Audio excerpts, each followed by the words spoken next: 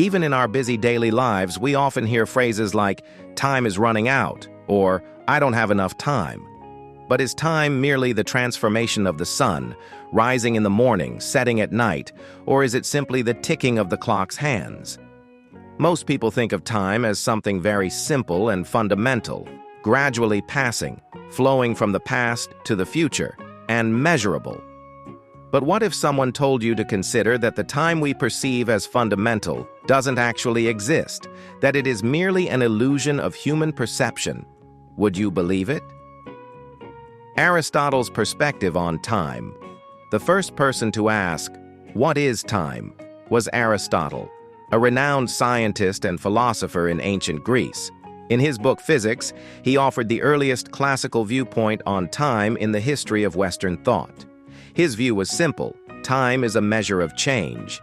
For example, if someone goes out in the morning and returns home 2 hours later, then those 2 hours are the measure of the change that occurred between leaving for a trip and returning home.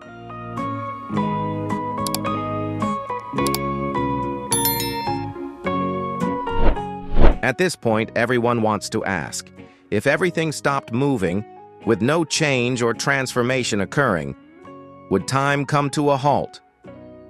If Aristotle could hear your question, he would reply, at that moment, time would cease to exist. If that's the case, then why is it that when all the lights are off at night and we lie motionless in bed preparing to sleep, we can still feel time passing? Aristotle wrote in his book Physics that when everything around us is shrouded in darkness, the body seems unable to sense anything, yet in the mind, some thoughts are still unfolding. Therefore, we naturally still perceive time as flowing.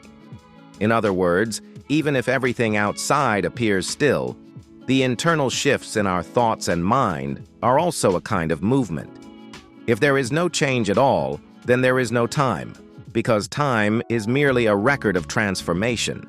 After hearing this, do you feel that Aristotle's way of thinking is strange?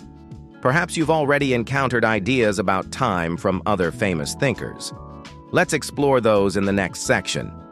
Absolute time. A radical rethink.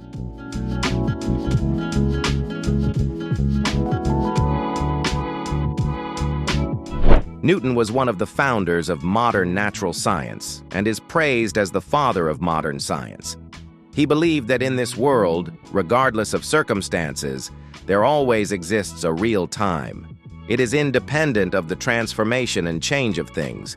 When all objects remain motionless, even when the activity of our souls comes to a halt, this kind of time still calmly passes by without being affected in any way. Although many consider the idea of independent and uniform time to be common sense, for humanity, it is not an intuitive notion that has always existed. In fact, most philosophers do not fully agree with Newton's view.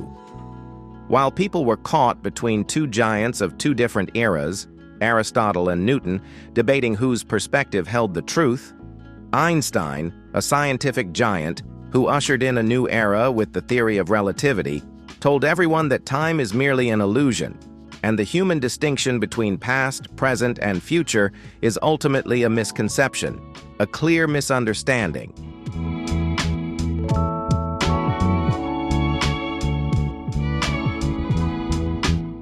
Before diving into this, let's talk about a puzzling dilemma that has confused many physicists: the constancy of the speed of light, briefly called invariant light speed.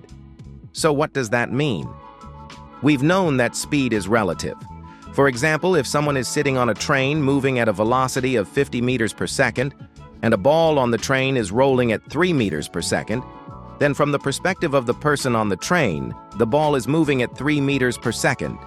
But from the viewpoint of someone standing on the platform, the ball's speed should be added to that of the train, making it 53 meters per second. Many people assume that the speed of light must behave the same way. However, in 1887, a surprising experiment by two American physicists, Michelson and Morley, delivered unexpected results. This experiment would later become known as the Michelson-Morley experiment.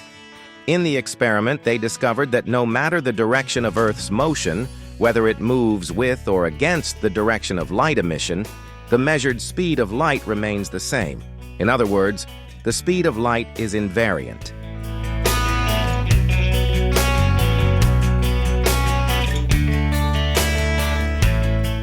Based on this result, it means that if the ball in the train example is replaced with a photon, then both the person on the train and the person on the platform will observe the photon moving at a speed of 3 × 10 to the power of 8 meters per second. The Michelson-Morley experiment was conducted over many decades.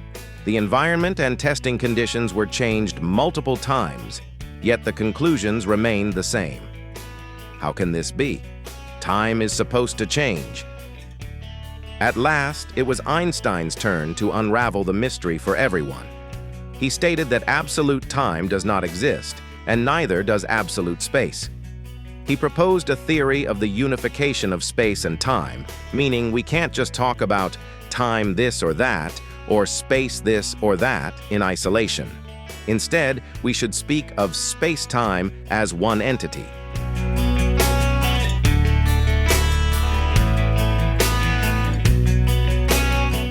Just like the temperature field or the electromagnetic field, physicists refer to space-time as the gravitational field. The gravitational field and other forms of matter in the world are no different.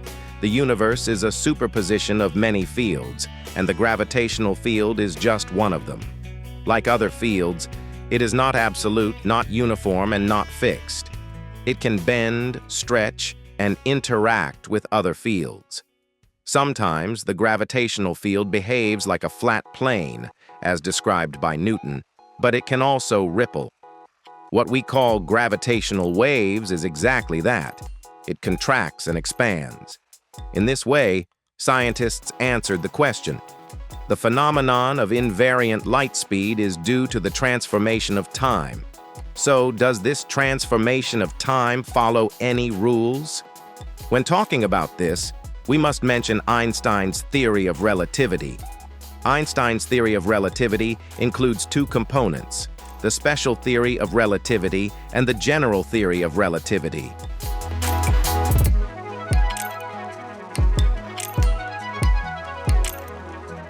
According to the special theory of relativity, time for an object moving at high speed passes more slowly than for an object at rest.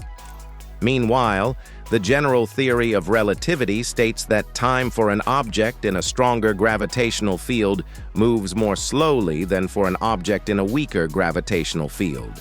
That's why, for someone standing on the ground, the time at the top of their head flows faster than the time at their feet, because the head is farther from the Earth's surface, where the gravitational field is slightly weaker. Based on this theory, there is scientific support for the idea that standing upside down could make you age more slowly. But was Einstein really right? Let's examine some classic and fascinating examples. In 1971, an experiment involving atomic clocks demonstrated this principle. 2 scientists, Joseph Haffel and Richard Keating, conducted a test using a set of atomic clocks.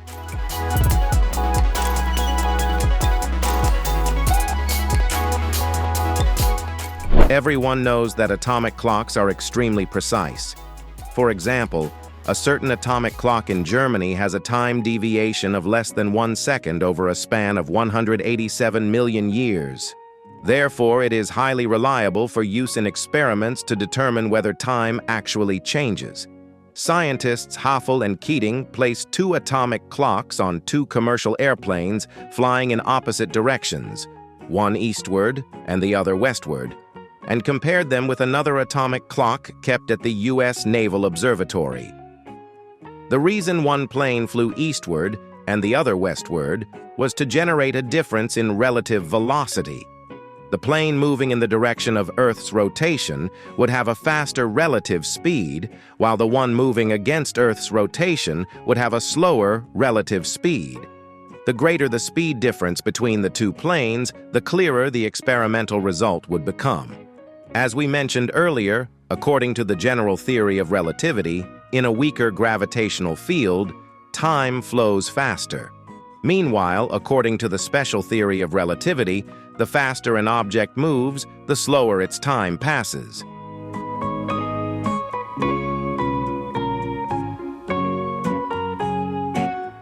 The atomic clocks on the airplanes were flying at high altitude and high speed, while the atomic clock at the U.S. Naval Observatory remained stationary on the ground. As a result, both relativistic factors in Einstein's theory were considered. The results of the experiment simultaneously verified Einstein's theory of relativity.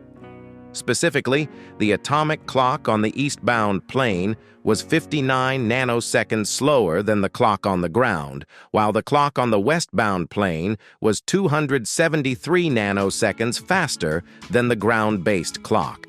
In fact, the GPS navigation system we use today requires clocks to be adjusted daily based on relativity. Otherwise, the atomic clocks on satellites would run 38 microseconds faster per day than those on Earth. Don't be quick to think that this amount is insignificant.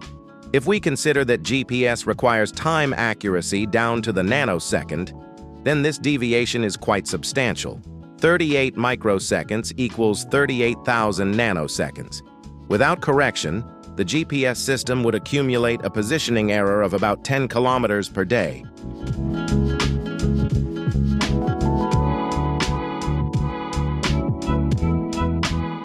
A hypothetical experiment on twins became reality. In 2015, NASA conducted a special biological experiment. They found a pair of twin astronauts, Scott and his brother, Mark Kelly. Since they were identical twins, they shared nearly the same genetic code. NASA sent Scott into space, where he lived on the International Space Station for 340 days, while his brother remained on Earth.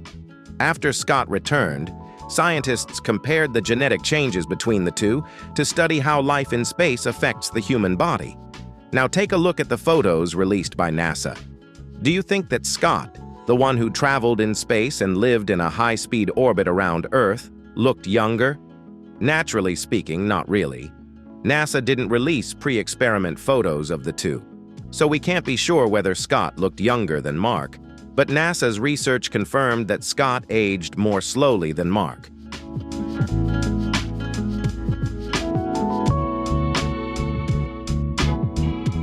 What exactly happened?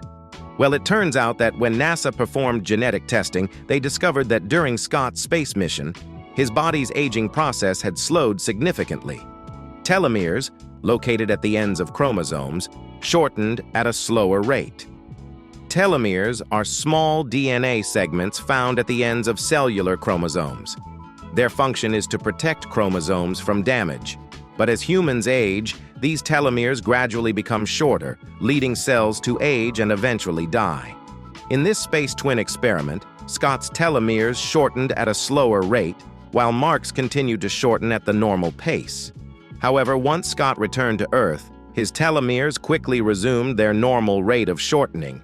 There's an old saying, "One day in the heavens is like several years on Earth." Suddenly, that ancient wisdom seems more grounded than ever. Perhaps we shouldn't underestimate the intelligence of our ancestors.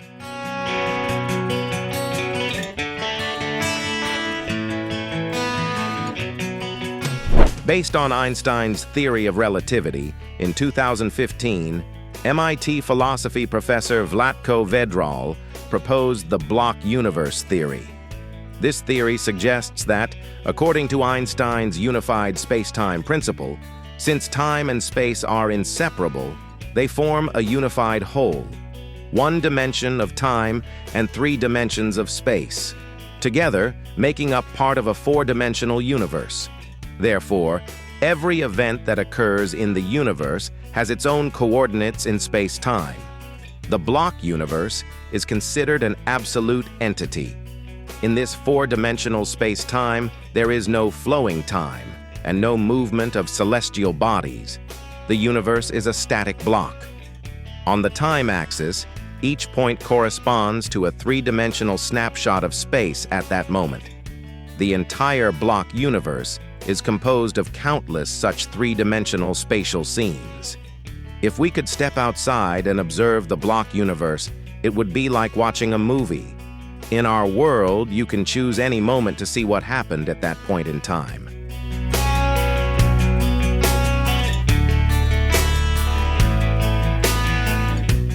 When it comes to watching movies, everyone knows. Once you hit the play button, the film flows forward continuously. Applying this idea to the block universe theory, perhaps the universe also has something like a play button that makes humanity feel as if time is passing, something we believe cannot be reversed. Physicists and philosophers at the Massachusetts Institute of Technology, MIT, such as Max Tegmark and British physicist Julian Barber, believe that this switch is actually our brain, and the sensation of time passing is just an illusion created by the brain. The structure of our brain's neurons allows us to remember the past but not know the future. That's why memory gives people the concept that time has passed, leading us to believe everything flows from past to present to future. So, what about you? Do you think time is really passing as we believe it is? Or is it just an illusion? Leave a comment below the video to let us and everyone else know what you think. Don't forget to like and subscribe. Have a great day.